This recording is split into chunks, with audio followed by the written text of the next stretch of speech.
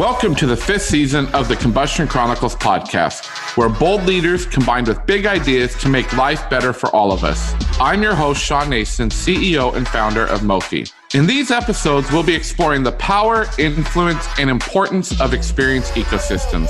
To do that, we're bringing together the most unique and influential experience experts in the world for honest conversations about not being okay with the status quo, leading with heart, and getting real about heart sets and mindsets. In case you're wondering, an experience ecosystem is the web of people, touch points, and interactions that combine to create all of the positive and negative experiences we have in the world. When an organization wants to improve customer experience, they're wasting their time if they're not willing to engage and humanize their entire experience ecosystem. It's time to blow up some silos and ignite an experience revolution by putting people first.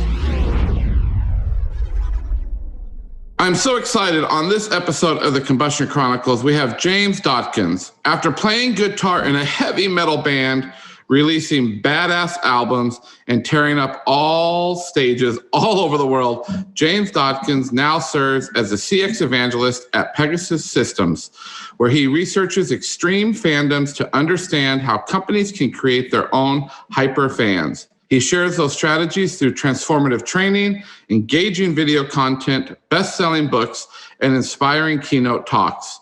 He was named the UK's #1 CX influencer by Customer Experience magazine in 2020, the UK's most outstanding CX keynote speaker by Corporate Vision magazine in 2021, and the world's #10 customer service guru by Global Gurus in 2021. James, thank you for joining us on the Combustion Chronicles. Well, thank you for having me. James, what a resume. You went from playing lead guitar in a heavy metal band and touring the world and living the real rock star life to being an award-winning CX leader. How on earth did that happen? And why are you so passionate about CX? The thing is, I think everybody has their own story of how they became passionate about customer experience.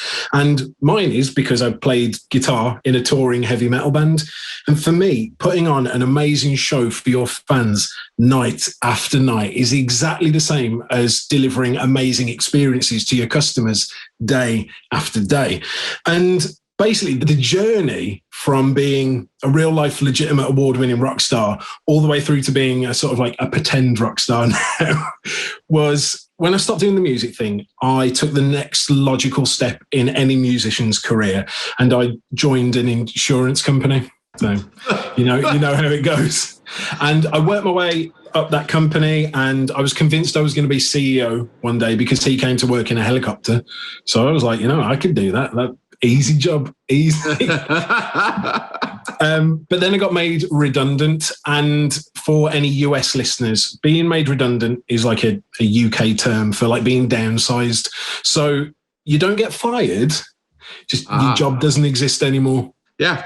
Then I was like, what am I going to do now? And I sat there and I thought a little while and I was like, you know what? While I was at this company, we had loads of really expensive, crappy consultants come through. So I was like, I could be a really expensive, crappy consultant.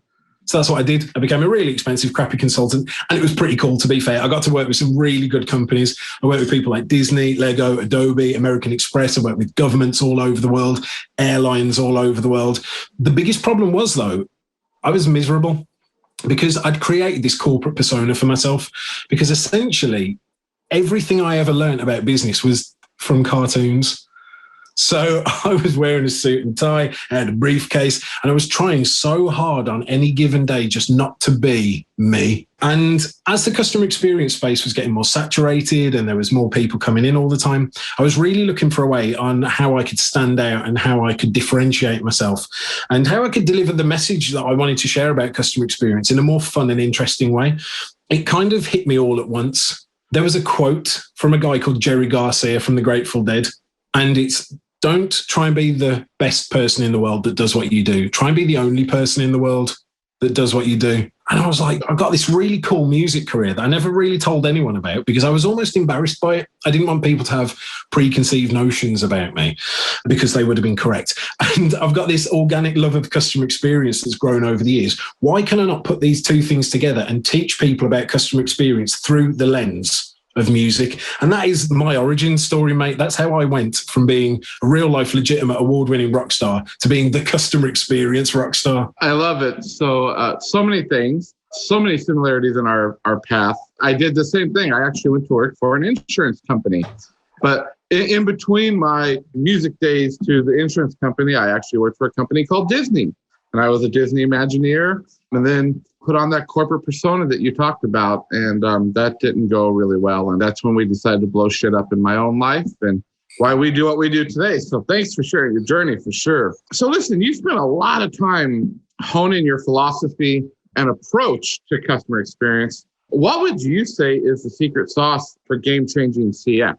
Oh, dude, this is going to sound like such a stupid answer to the question, but focus on your customers. There's so many people in customer experience and just in business in general that don't focus on their customers. They're too busy focusing on other things like their processes or their costs or just other things that have got nothing to do with customers. Like if you want to win in customer experience, the very first step is to focus on your customers. Yeah. And, so we talk in Mophie about this experience ecosystem. So one of the things I learned when I was at Disney was this concept. They didn't call it that. There was a great gentleman who's been on the podcast, Lee Cockrell. I know Lee. Lee's a cool dude. Right? Lee, creating the magic and all the things that come into that ecosystem to create that experience. And that's basically what he said. Focus on your customer. I was never on stage at Disney. I was backstage. I actually have a finance background now. That's what makes perfect sense, like you said, in your career. Yeah. I went from musician to finance to pastor to now owning a company. All perfect things that they teach you in business school, right? That's what I learned. Focus on what you need to focus on and focus on the right things. So in your keynotes, you talk a lot about looking outside your industry to find inspiration and best practices for designing customer experiences. And we actually put that in around market awareness in our ecosystem, that you have to do that. Why is this so important? And what can come from looking outside your own industry? Well, it's a really good question, and I'm glad you bring it up. I think one of the biggest mistakes most companies make is they define themselves by what they do. They don't define themselves by the outcome they are there to deliver to their customers. And so, if we take Disney, for example, Disney aren't in the theme park business. Disney are in the business of magic. And what it means is, if you're a company out there, let's say you're an insurance company, as we've already spoken about that, you have to realize that customers don't interact with an insurance company. They don't buy insurance because they want insurance. They buy insurance because they need security. So when you start to realize that, okay, maybe we shouldn't define ourselves by what we do and we should define ourselves by the outcome we deliver to our customers, let's say it's security, you can then take a step back and look outside of your industry at other companies that are also good at delivering that outcome, not just that do what you do. Because look, for some companies that might be fine, but if you want to do things differently, if you want to break the mold, if you want to lead, if you just copy other insurance companies, if you just benchmark against other insurance companies, you are only ever going to be as good as another insurance company. So a really good way to actually break the mold is to step outside of your industry and look at other companies that don't just do what you do, but deliver the same outcome that you do. You're preaching to the choir there, James. I worked in the insurance world here, as you did, and they kept looking at other insurance companies. And I'm like, no, stop. And when that company actually did it, this year in 2021 by J.D. Powers, they actually were named the number one company for customer experience. Nice. Right? So they looked and they figured that out for sure. So one of your books is a collection of quotes from the world's top CX leaders. Can you share a couple of quotes with us that might have meant the most to you in that book? Yeah. So, the thing is, to call that a book is probably a little generous. It's essentially a large document of copied and pasted quotes. But the way that came about was I was looking for a customer experience quote book and one didn't exist. And I was like, somebody should really make one of those. Do I know anyone that writes customer experience books? And I was like, yeah, me. So I took it upon myself to do it. The book is dedicated to both copy and paste. Without whom the book would not have been possible. And to be fair, there's 365 different quotes in there, from well-known leaders all the way down to customer experience leaders that are doing the work every day that you might not have heard of before. But probably the one that has had the most impact in my entire customer experience career is from Steve Jobs, RIP, that you shouldn't start with the technology. You should start with the customer and work backwards towards the technology. And it's such good advice that so many companies make mistakes with nowadays. They start with the technology and they try and, they buy fancy software, or they try and put like loads of cool different features in their products. And then they go, now, how do we cram it into people's lives? How do we sell it?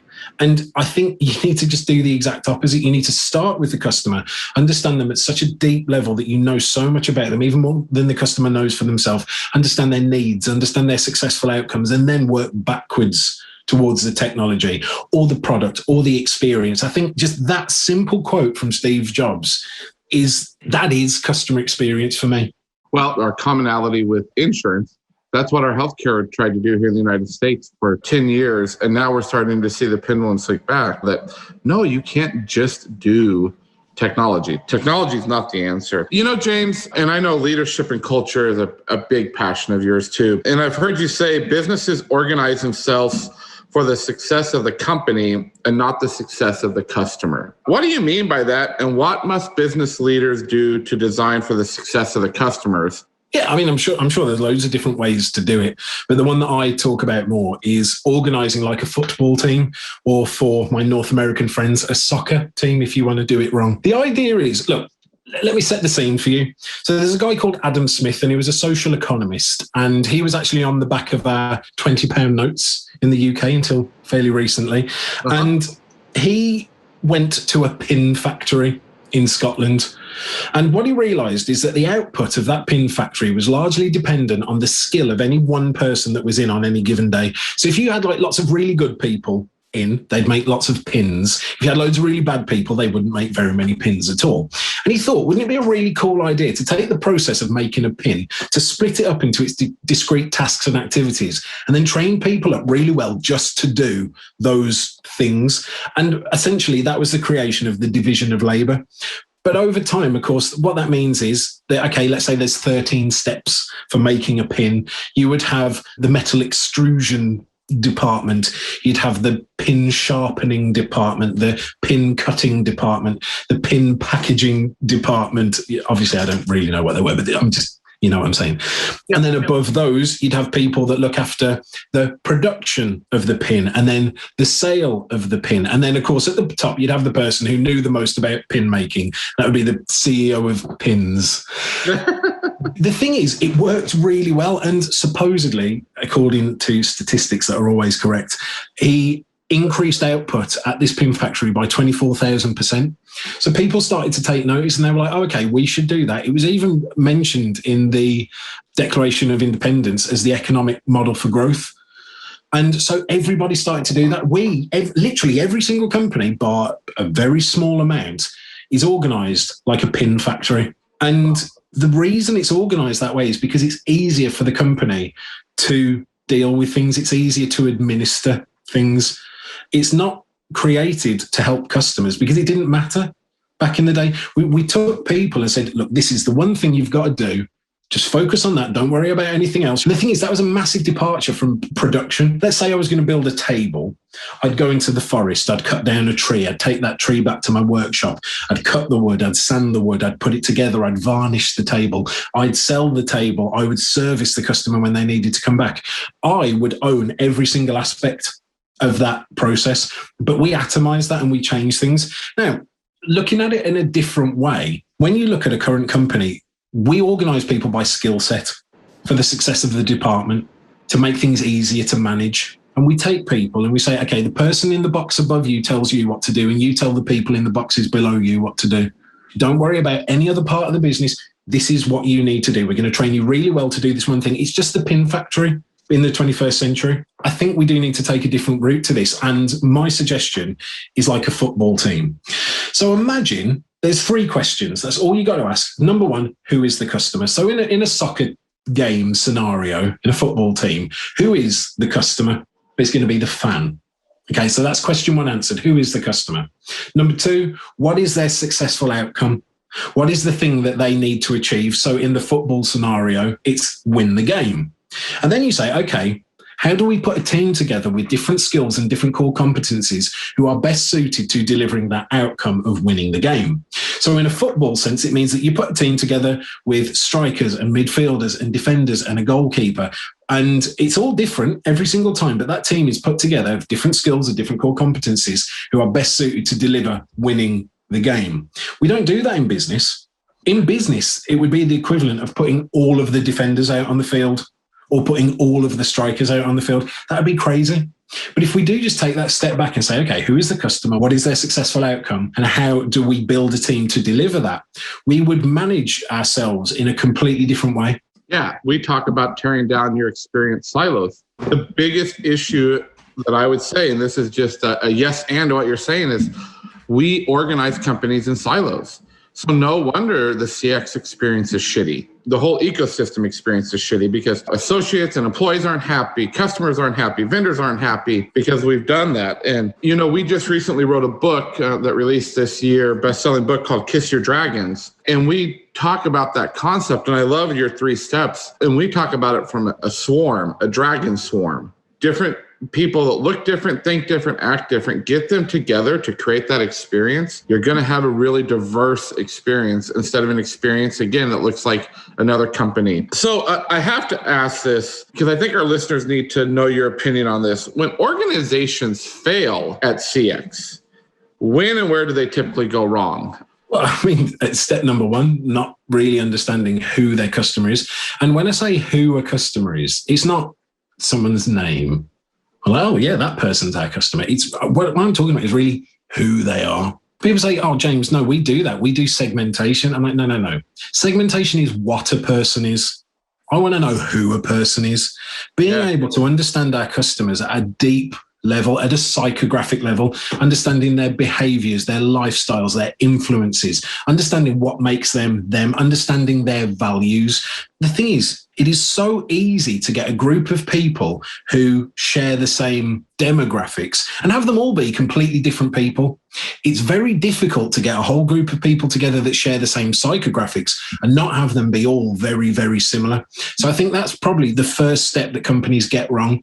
They segment based on circumstance and they don't categorize customers based on who they actually are. Again, I'm on the same soapbox with you. Our very first experience design principle in Mofi is know me. I hate the word, and I wish we could throw the word segmentation out. In the marketing world, using the term avatar. Who's your avatar? No, I want to know people, and I want to know what's going on in their head.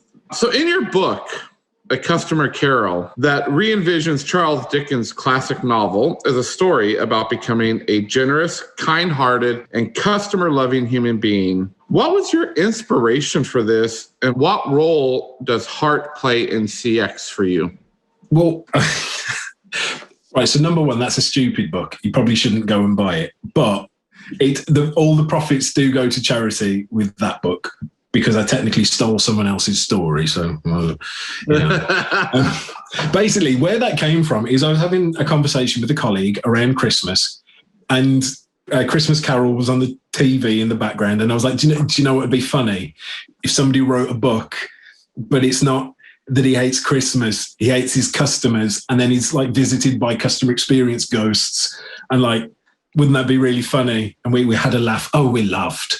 And then I was like, I can do that. And literally it took me a weekend. I spent 2 days writing that, but because the story was already written, all I had to do was change the word Christmas to customer experience a bunch of times, find and replace in a Word document.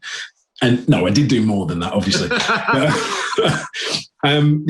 was written and published in 2 days. It's a bit of fun, really, for Christmas. But when you ask about heart in customer experience, my answer is it depends.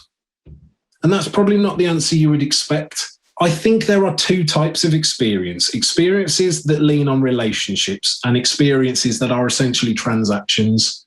Transactions probably 9 times out of 10 don't need to have very much heart involved.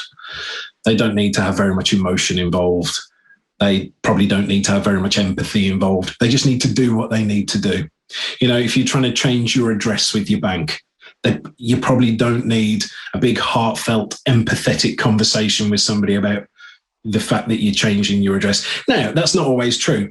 If you're changing your address because a spouse has died and you've had to move house to somewhere else, then yeah, that's when the empathy and the heart comes into it. But that's when that moves from a transactional experience to a relationship experience. And all companies have got moments that can be relationship building experiences. And I feel that we need to take the time to understand the difference between the two. Like changing a direct debit date probably doesn't need to be over the top. It can probably be something that can be automated, that can be done very quickly without very much human interaction at all, which is good because then that frees up other people for more meaningful work. For if, somebody in your family has died, for example, and you need to make a claim on your insurance, to allow people to have that time, to have those empathetic conversations and, that heart-centered experience, if you want to refer to it as that, and really build that relationship with people. So my answer is it depends. What I liked and how you clarified that is get those transactional experiences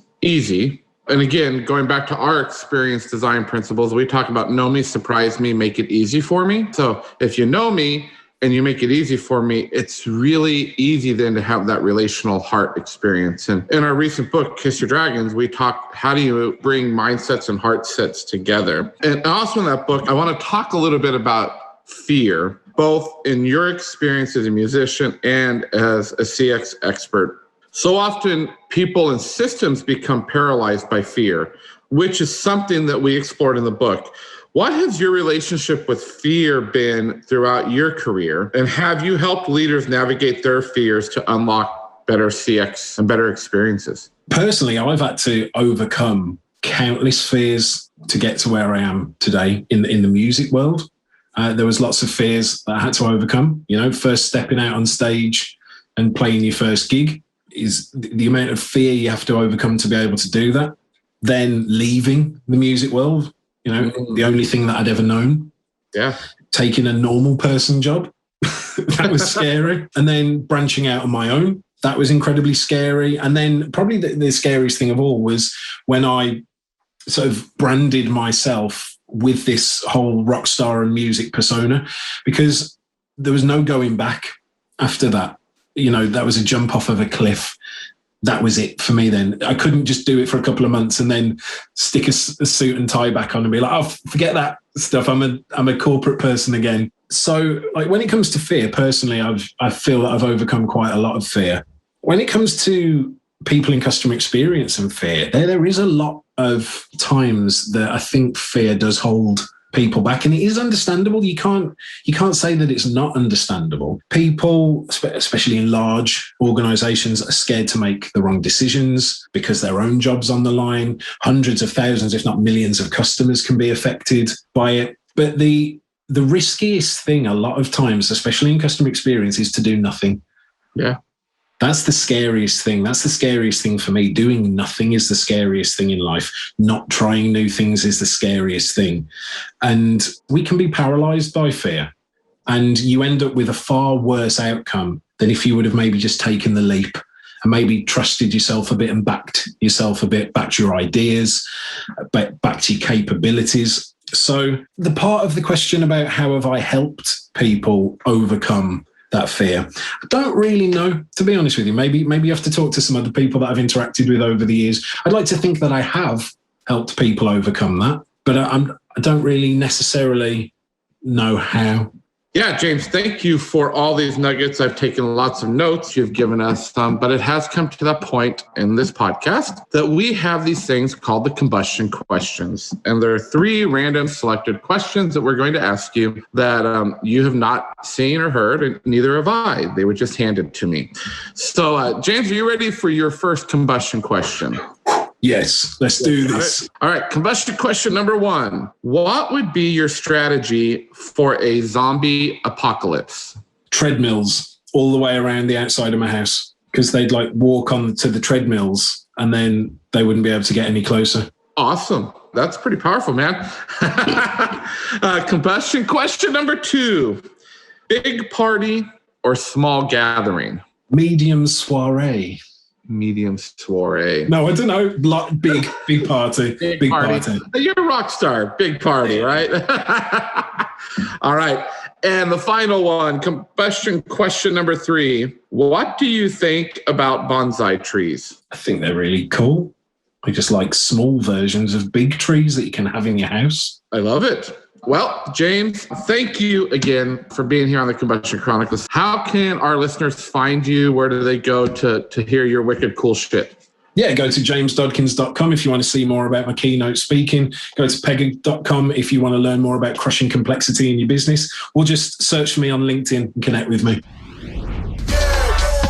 Thank you so much for listening to this episode of the Combustion Chronicles. Let's keep the conversation going by connecting on LinkedIn, Twitter, Instagram, and Facebook. To learn more about the world of experience ecosystems, go to mofi.co, where you'll discover ideas and resources to help you ignite your own experience revolution. Be sure to check out my book, Kiss Your Dragons, Radical Relationships, Bold Heart Sets, and Changing the World, available now at Amazon. Then head over to ShawnNason.com to engage resources, a discussion guide, and information about everything from self-paced training to personal coaching. You can find this episode's recap at ShawnNason.com. We know you lead a busy life, so if you're driving, exercising, or maybe just blowing your own shit up, don't worry, we've already taken the notes for you. Each recap is filled with exclusive guest information, episode themes, quotes, resources, and more. And remember, please subscribe, rate, and review. As always, stay safe and be well.